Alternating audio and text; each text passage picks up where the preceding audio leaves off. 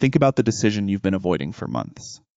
Maybe it's leaving the job that pays well, but feels like it's slowly closing a door inside you. Maybe it's ending a relationship you already know isn't working. Maybe it's the company you've secretly wanted to start, sitting in a notes app, untouched, for a year. Deep down, you probably already know what you want to do. You're just waiting to feel certain. Here's the problem. You don't become certain and then act. You act, and certainty catches up later. Or it doesn't, and you find out you were wrong and you adjust. Either way, the waiting was never actually buying you certainty. It was just buying you time to feel less afraid. I want to talk about how I actually make difficult decisions, not the version that sounds good in a leadership podcast. The real process. Because most of what gets taught about decision making is wrong in a specific, costly way. By the end of this, you'll understand why the framework most people use is quietly making their lives smaller. Stay with me. Here's the hidden problem. Most people treat decisions like math problems. Gather the data, weigh the pros and cons, find the optimal answer, execute. That works for decisions that don't matter much. Which restaurant?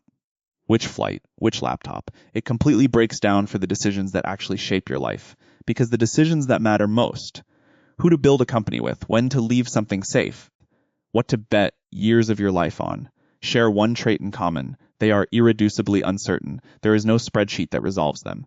No amount of additional research collapses the uncertainty to zero. You can delay 6 more months, and you will not have meaningfully more clarity than you have right now. Almost everyone misunderstands this.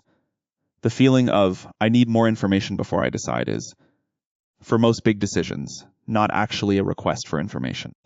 It's a request for the discomfort to go away, and the discomfort doesn't go away by waiting. It only goes away by deciding. Years ago, I delayed bringing someone onto a team I cared a lot about. I wanted more certainty. I wanted to be sure. I ran more conversations, asked more references, waited for a feeling that never fully arrived. 6 months later, I hired the exact same person. The only thing that had changed in those 6 months was that I'd lost 6 months. Nothing about the decision had gotten clearer. I had simply run out of reasons to keep waiting. That's the quiet tax most people pay on hard decisions, and most never notice it, because the cost shows up as absence, as the thing that didn't happen, the months that didn't get used, rather than as a visible loss. Here's the contrarian insight. I don't try to make the right decision. I try to make a decision I can act on with full force, and then update quickly if I'm wrong. That distinction matters more than almost anything else I'll tell you in this video. Confidence isn't what produces action. Action is what produces confidence. Most people optimize for being right at the moment of decision. I optimize for speed of correction after the decision. Here's why that's the smarter trade. If you require certainty before you act, you will systematically wait too long, and the cost of waiting compounds invisibly. The opportunity changes shape. Other people move first. The option quietly closes while you're still gathering data. But if you act on your best current judgment and build in fast feedback loops, the cost of being wrong shrinks dramatically. You catch it in weeks instead of years. Here's what almost nobody realizes. The people who appear to make great decisions aren't actually better predictors of the future than everyone else. They're just faster at noticing they're wrong, and faster at changing course, without ego getting in the way. Let me give you a thought experiment.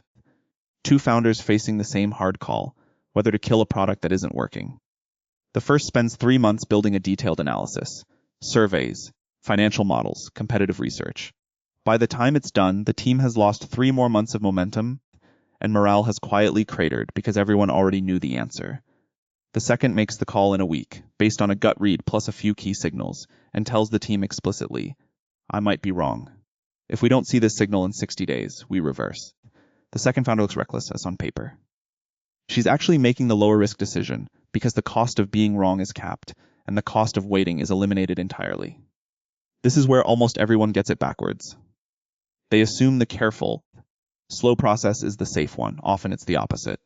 Speed with a tight feedback loop is safer than slowness with no feedback loop at all. Here's the mental model I actually use. I call it the reversibility test. Before I make a hard decision, I ask one question. How reversible is this? If it's highly reversible, I can undo it cheaply if I'm wrong. I decide fast, almost instantly, and I don't agonize. Most decisions fall into this category, and most people spend way too much emotional energy on them. If it's mostly irreversible, a co-founder relationship, a major public commitment, something expensive or impossible to walk back, I slow down, I sit with it, I talk to people I trust, I let it breathe. The mistake almost everyone makes is applying the same level of deliberation to every decision, regardless of reversibility. We agonize for a week over something we could test and undo in a day, and we rush into something permanent because it felt urgent in the moment. Sort decisions by reversibility first. The amount of time and care you spend should follow from that, not from how anxious the decision happens to make you feel. Here's something nobody tells you about hard decisions specifically. The amount of anxiety you feel about a decision is almost uncorrelated with how important that decision actually is. I've agonized over genuinely small things and made enormous company-shaping calls in an afternoon with total calm. Anxiety rarely tracks the size of the decision. It usually tracks the size of your ego, how badly you want to be right, how afraid you are of looking foolish, how much your identity is attached to one specific outcome. Once you notice that, the decision itself becomes much clearer. You can separate how you feel about the decision from what the decision actually requires.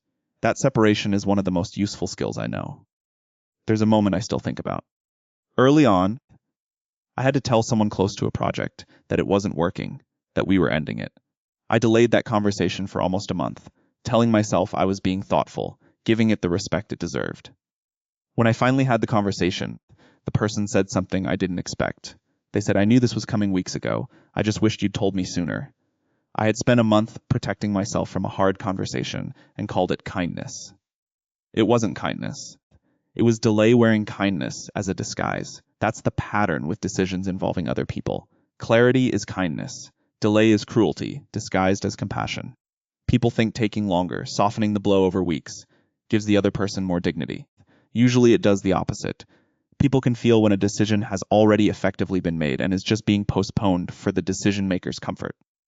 That limbo is far worse than a direct, honest, even painful conversation delivered quickly. The kindest version of a hard decision is almost always the fastest, honest version, not the slowest, gentle one. So here's what I'd actually tell you to do, concretely, the next time you're stuck. First, ask the reversibility question immediately.